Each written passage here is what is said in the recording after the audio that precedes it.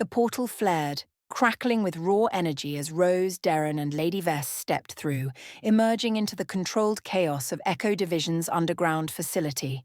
The sharp scent of metal, ozone, and old machinery filled the air, a stark contrast to the eerie twilight of Atherin. The moment they arrived, Gunnar was waiting, arms crossed, his single blue eye sharp as it swept over them. His gaze lingered on Lady Vess, then flicked to Rose. "Everything in one piece?" he asked, voice gruff but measured. Derren didn't slow. He slung Thunderstrike over his shoulder, reached into his coat and yanked out the stack of files he pulled from Concordia. "Got intel. No time to waste. I'm heading to the war room." Gunnar gave a short nod. "Go. I want a full breakdown in 10. Derren was already moving, disappearing down the corridor, boots thudding against the reinforced flooring. That left Rose, Lady Vess and Gunnar standing in the portal chamber. Rose tightened her grip on Vess's arm, the heat from the Fireheart crystal still buzzing under her skin, urging her forward. She could feel Gunnar watching her, reading the tension in her shoulders, the tightness of her jaw. "She's mine," Rose said flatly, already dragging Vess toward the interrogation wing. Gunnar didn't argue. "Make it count." Lady Vess let out a slow breath, her mask of composure slipping just enough for Rose to catch it. "Good." Without another word, Rose pulled her down the dimly lit hallway, past reinforced doors and surveillance nodes, toward lockup. The reinforced door of the interrogation room slammed shut behind them, the sound echoing through the chamber. The space was cold, clinical, designed for breaking people down.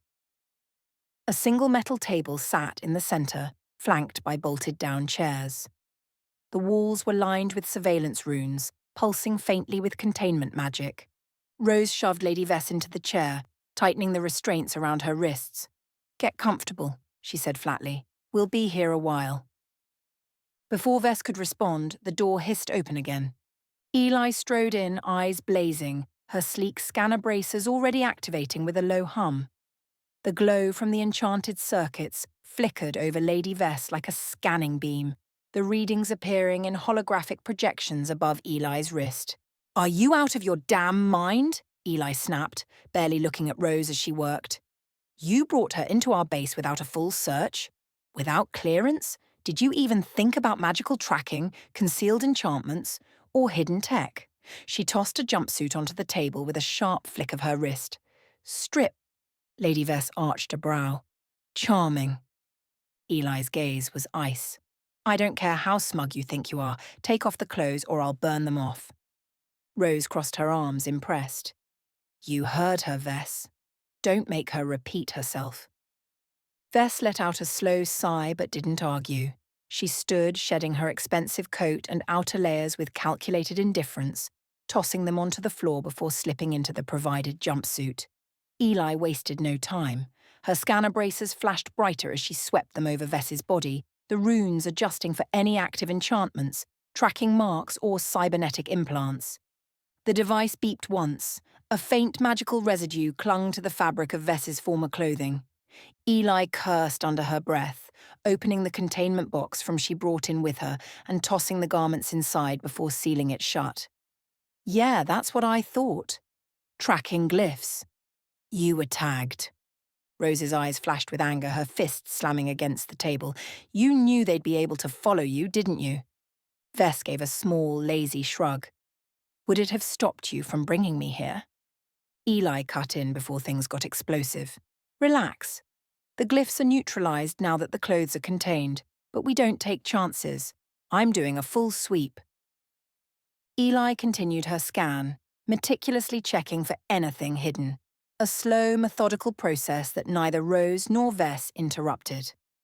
Finally, Eli finished, tapping her bracer to shut it down. "She's clean now. But next time, search first. Interrogate second." She gave Rose one last sharp look before stepping toward the door. "She's all yours. Try not to burn down the room."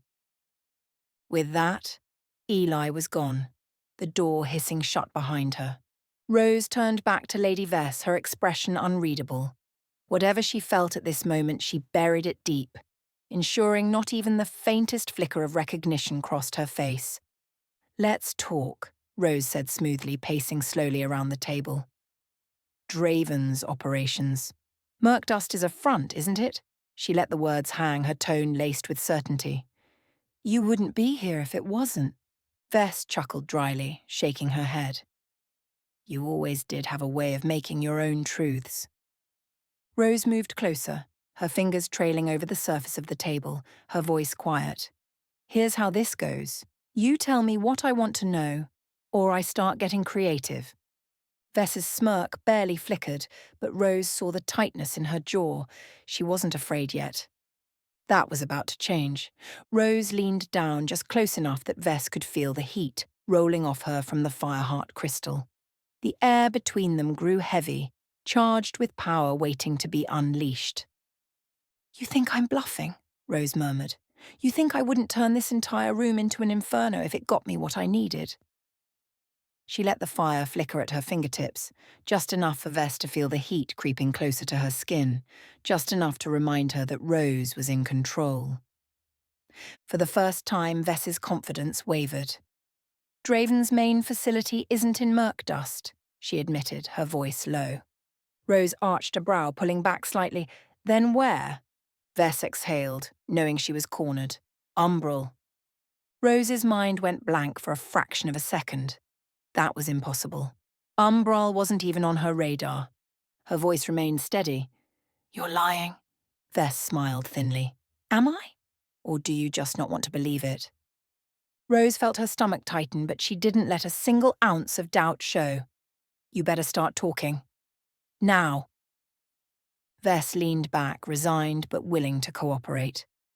"Draven rebuilt the Order of the Grey's facility, your old stomping grounds, and he's using it for something much worse." Rose stayed still, her expression unreadable. But deep inside, she felt the weight of her past crashing down. Derren dropped the stack of stolen intel onto the war room table, the papers fanning out across the surface. The overhead lights flickered against the holographic display, casting shifting shadows across the faces of Gunnar, Eli, and Desera as they leaned in. Gunnar picked up one of the documents, his sharp gaze scanning the contents. "Tell me this was worth the mess you caused." Derren smirked, leaning back in his chair. "Oh, it's worth it. You're gonna love this." Eli, already sifting through the reports, muttered under her breath. "Looks like standard Black Dawn supply chains at first glance, but... Wait." Her fingers danced across the interface of her bracer, enhancing the scrawled notes. 2 realms, 2 major locations. Umbral, Shadowfall. Desera exhaled, pulling a page closer. Umbral is here again. Shipments of weapons, enchanted gear, and personnel movements. It looks like a major training base. She glanced up. "A staging ground," Eli swore under her breath. "This second location, though, Shadowfall, that one's new. But look at this." She pointed to a section of handwritten notes. "This isn't just another Black Dawn base. It's where everything is coming from. Weapons, supplies, soldiers. It all traces back to Shadowfall. It's not just logistics, it's the center of their operations." Gunnar's jaw tightened. "So Umbral is where they train, but Shadowfall? That's where Black Dawn is truly operating from."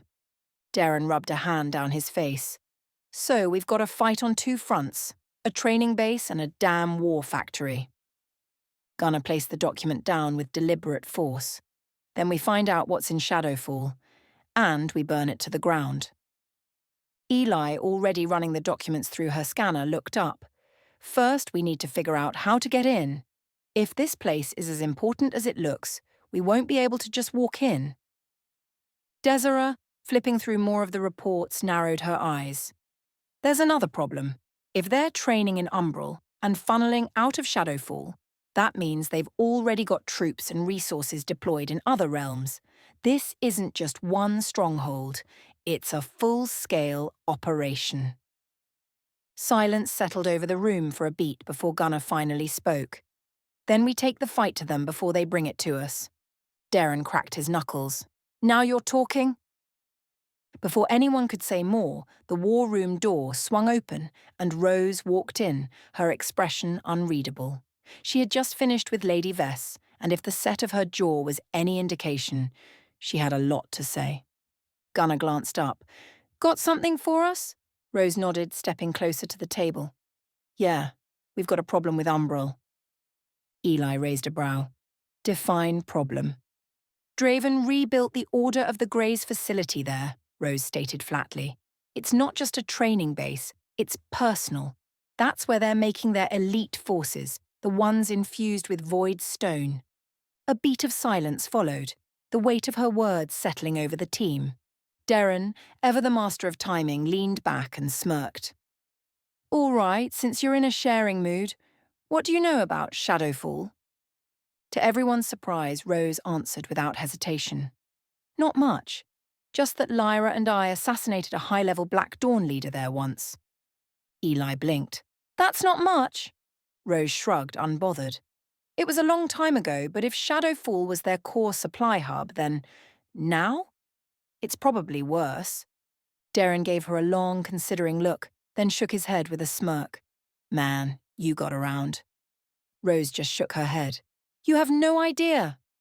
Eli exhaled sharply, tapping a few commands on her bracer, the holographic interface shifting as she pulled everything together. "All right, let's break this down. We have two key locations, Umbral and Shadowfall." She gestured at the displayed notes. Umbral is functioning as a major Black Dawn training base, reinforcing their ranks with enhanced soldiers and likely conducting their Voidstone experiments there. If they're running an elite training program, that means they're preparing for something big. She turned to the next set of intel. Then we have Shadowfall. This isn't just another stronghold. It's the beating heart of their operation. Logistics, resources, personnel, all of it flows from here. That means if we take out Shadowfall, we don't just hurt them, we cripple them. Desiree nodded.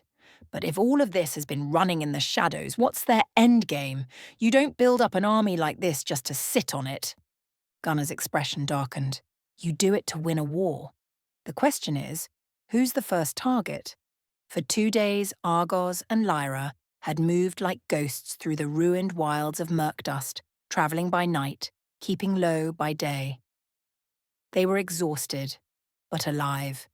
Every hour had been a game of patience and instinct. The Black Dawn patrols were relentless, sweeping through the forests and ruined structures, forcing them to change course more than once. More than once they'd been seconds away from discovery, barely slipping through the cracks before being pinned down. But today, something had changed. The usual drone of distant soldiers, the ever-present sound of boots crunching against dead leaves, the low hum of distant machinery, all of it had faded. The activity was thinning. Argoz crouched in the underbrush, her sharp goblin eyes darting over the tree line. "I don't like it." Lyra, crouched beside her, wiped sweat from her brow. "I was just about to say the same thing." For 2 days, the pressure had been constant, Black Dawn forces combing the landscape, hunting for any sign of them. And now, silence. Lyra narrowed her eyes. Either they think we're already dead, or they have bigger problems. Argoz frowned. "You think Rose got the message? Maybe she's already making moves?" "Maybe." Lyra glanced toward the horizon where the distant ruins of Draven's fortress loomed like a dark scar against the twilight sky. Or maybe whatever they're planning is finally starting. Argos's fingers curled against the dirt. She hated waiting, hated not knowing, but they had survived this long by being careful. And if something was shifting in the way Black Dawn moved, they needed to figure out why. Lyra exhaled. "We're not going to last much longer like this. We need a plan, and fast." Argoz nodded. "Then let's find out what the hell is going on." They spent the next few hours watching from the cover of the tree line, waiting for any sign of movement. Something was off. The patrols were gone, the checkpoints abandoned, And where once the roads had been crawling with Black Dawn forces, now there was nothing but emptiness. Even the northern facility, one of Draven's key outposts, looked like it had been stripped down overnight. Argoz shifted, uneasy. "He's pulling back." Lyra nodded. "Consolidating. They're bringing everything back to the fortress." Argoz's stomach twisted. That meant whatever was coming next was big, and Black Dawn wasn't worried about spreading themselves thin anymore. "We need to get closer," Lyra muttered. "If Draven's moving everything into the fortress, that means whatever he's been working toward, it's about to happen." Argoz swallowed hard. "And if we don't stop it, Mirkdust is going to burn." They exchanged a look, knowing there was only one move left to make. Moving under the cover of dusk, they crept through the outskirts of what had once been a heavily patrolled zone. Now it was eerily empty, the silence pressing in around them. Something wasn't right. Then they saw him. A lone Black Dawn officer, his uniform dusty from travel, picking through a supply cache that had been left behind. He moved with urgency, rifling through crates, muttering under his breath. He was alone. Argoz and Lyra exchanged a glance. They had questions, and he was going to give them answers. They moved quickly, silent as the night. Lyra struck first, stepping from the shadows with her blade at his throat before he even realized he was being watched. Argoz pressed a dagger to his ribs. "Don't scream," Argoz whispered, "or I'll make sure you won't get the chance." The officer froze, hands trembling. "But please,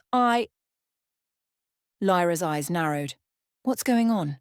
Why is Draven pulling everyone back?" The officer hesitated, his gaze darting between them like a trapped animal. I don't know, I swear. Orders came down suddenly." "Relax," Lyra said, voice calm but firm. "We just want to talk. And if you're smart, you'll keep your voice down and answer our questions." The officer swallowed hard, shaking his head. We weren't told why, just that we had to move fast. Everything, supplies, troops, research, it's all being relocated." Argoz's grip tightened on her blade. "Where are they going?" The officer hesitated. His breath hitched, panic flashing in his eyes. "I don't know." Lyra's blade pressed a fraction closer. "Try again. What's going on? Why is Draven pulling everyone back?" The officer's breathing grew uneven. I don't know the full details. Orders were urgent. Some of us were told to pack, others were reassigned. But the higher-ups, they already knew this was coming." Lyra narrowed her eyes. "Where? Where are they going?" The officer swallowed, visibly sweating now. "I don't know. Only Command had access to the full orders. But I heard whispers, something about Shadowfall." The officer shook his head violently. "I swear I wasn't told. They're moving everything. Soldiers, supplies, weapons. But they didn't say where." Then, suddenly, his face twisted in horror. His pupils dilated, realization striking him as if he had only now understood what he had just said. His lips parted, but no more words came. "No," he gasped. "No, no, no." Before either of them could react, his body convulsed, and then he began to dissolve, evaporating. Argoz stumbled back as the officer's form faded into nothing, his final silent scream still lingering in the air. Lyra cursed, stepping away fast. "What the hell? He was just about to crack." Argoz scowled, frustration tightening her grip on her dagger. "Draven's not leaving loose ends. Whatever's happening, it's big enough that he's making sure no one talks." Argoz's stomach twisted. They put a failsafe on him. He couldn't talk. The only thing left of him was dust on the wind. Lyra stared at the empty space where he had been. "Draven's tying up loose ends." Argoz exhaled sharply. "Then we're running out of time." The tension in the war room was thick, the air buzzing with the weight of everything they still didn't know. Rose stood at the edge of the table, arms crossed, her mind already calculating the next move. "We need a way in," Eli muttered, scrolling through her hollow display, frustration evident in her sharp movements. "But we're still blind. If Mirkdust is sealed off, we don't have an access point. No portals, no clear transport lanes, nothing. Derren leaned back, arms behind his head. Yeah, I don't like going in blind. Makes it hard to shoot the right people. Rose exhaled, then reached into her pocket, pulling out the small glowing shard of the Fireheart crystal. It pulsed warmly against her palm, its energy wrapping around her fingers like flickering embers. I have a way, she said, her voice steady. Eli's gaze snapped up. You're going to use it, aren't you? Rose nodded. I set up the portal network in Concordia. Draven took it over, but I know how to fix what he's broken. More importantly, I know how to rebuild a working portal. She looked at the others. I can use the Flame Heart and Portal Crystal together to repair the portal in Alfheim. Gunnar, who had been silent up until now, finally spoke. That's a big risk. Rose met his gaze. We don't have a choice. We need a way to Mirkdust, and this is it. If I can repair the portal, I can override Draven's control and create our own access point. Derren let out a low whistle. So, we're just going to let you wander off to Alfheim to mess with ancient magic and hope you don't explode? Rose smirked. Pretty much. Gunnar sighed, rubbing his temple. And I assume you know more about what Draven is up to than you're telling me. Rose hesitated for just a fraction of a second, then shook her head. I don't have all the answers, Gunnar, but I know enough to be sure that if we wait, we lose. Draven is making his final move, and I'm not sitting on my ass while he does it. Gunnar exhaled slowly, watching her carefully. There was something she wasn't saying, but now wasn't the time to push. And I assume nothing I say is going to stop you? Nope. Figures. He exhaled sharply, then straightened. All right. If you're going, you better be damn sure this works. We can't afford to lose time.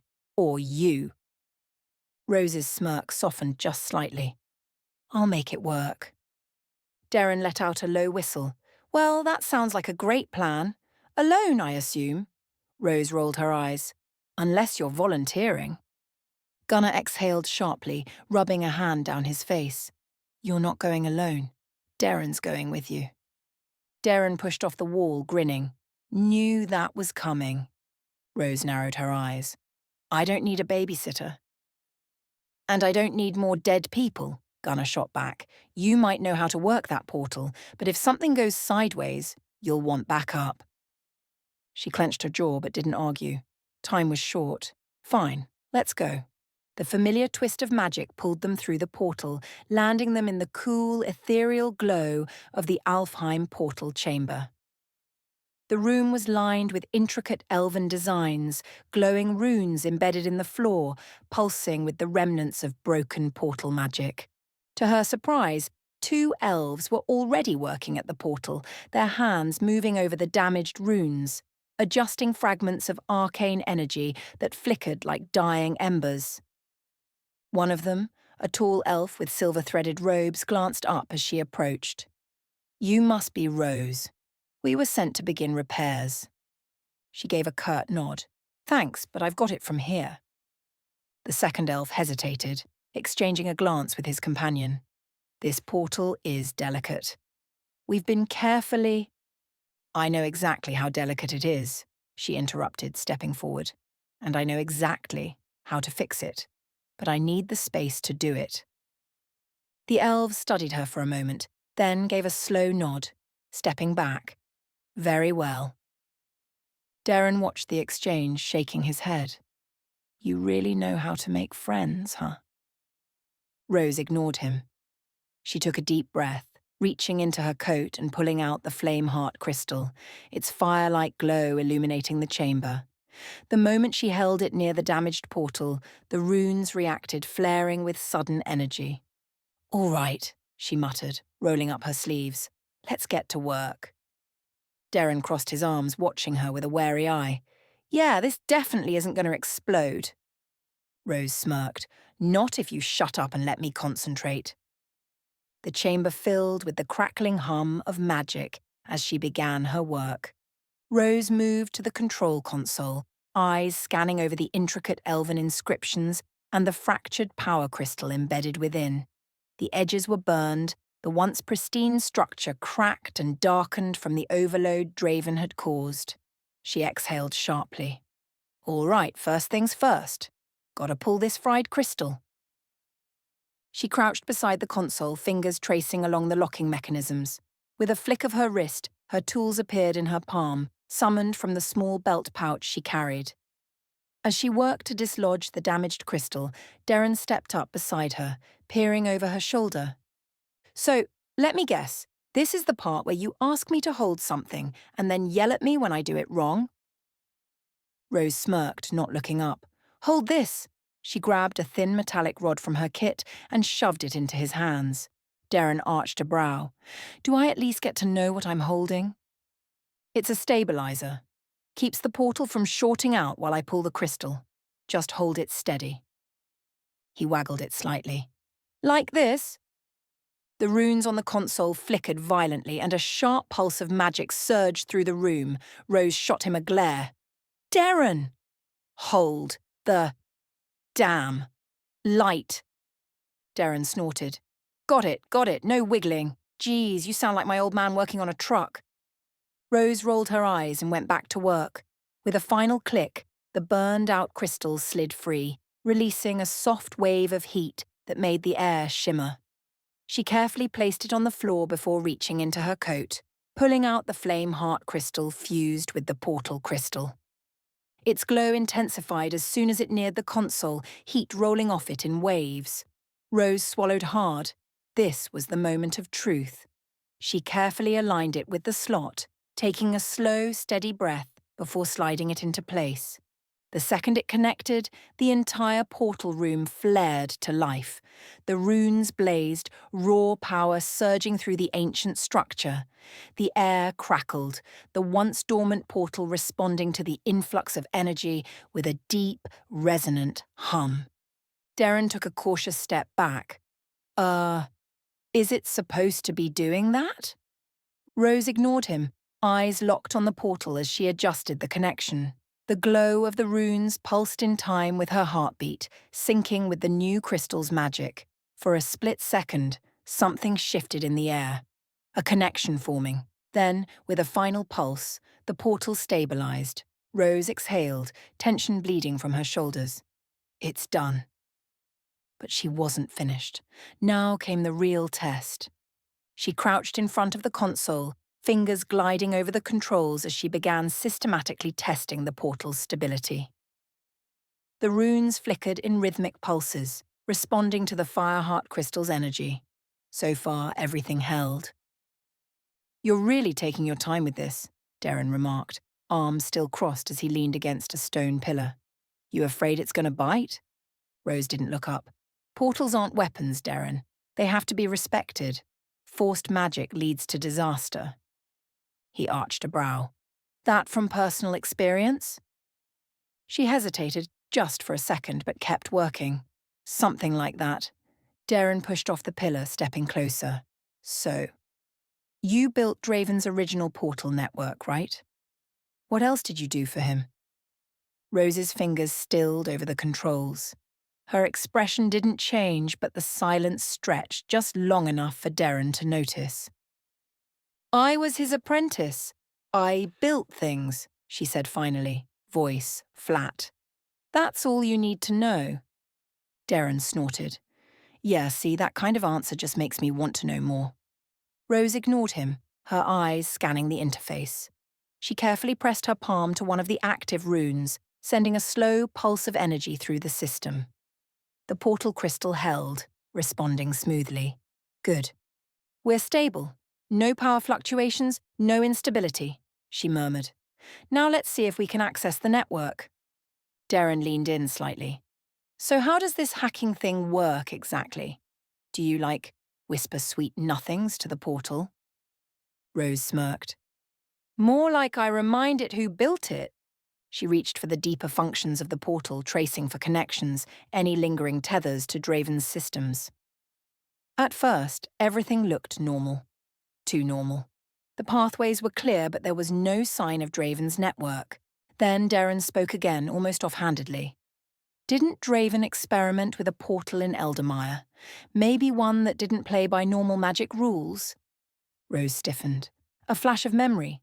Cold stone halls deep beneath Eldermire, layered with magic-dampening wards. A portal hidden away, one that no spell could locate unless you already knew where to look. Her pulse quickened. That was it. That was her way in. "You're a damn genius," she muttered. Derren blinked. "I mean, yeah, but why?" Rose's hands flew over the controls. Draven had an experimental portal under Eldermire, warded, buried, invisible to outside magic. I'd forgotten about it until now. That's the one I need. If I can connect to that, I can slip into his network unnoticed. Derren let out a slow whistle. All right, now this is getting interesting. Rose exhaled, steadying herself. This had to be done carefully. She began tracing the network cautiously, ensuring she left no digital or magical imprint. Portals, especially ones tied to Draven, had layers of encryption, tripwires set to detect unauthorized access. She moved slowly, her fingers dancing over the controls, letting the portal's energy guide her. Instead of forcing her way in, she allowed the pathways to reveal themselves, letting the magic unfold naturally. It was delicate work, something that required patience. Derren, however, didn't share her patience. "You find anything yet, or should I grab a snack?" Rose ignored him, narrowing her focus. Then, there it was. The hidden portal in Eldermire. She hesitated. The logs showed it hadn't been accessed in over 100 years, not since the fall of Eldermire itself. That was strange. If Draven was so careful about covering his tracks, why had he never shut it down? Her gut twisted. Something wasn't right. "Found it," she murmured, adjusting the interface. The portal still held a connection, dormant but intact. She just needed to wake it up. She reached toward the command rune, preparing to activate it, when Derren grabbed her wrist. "Whoa, stop!" Rose shot him an annoyed glare. "What?" Derren's expression was uncharacteristically serious. "You really want to open a portal into Draven's old playground without a team, without backup, without Gunnar knowing?" She hesitated. She hated when he had a point.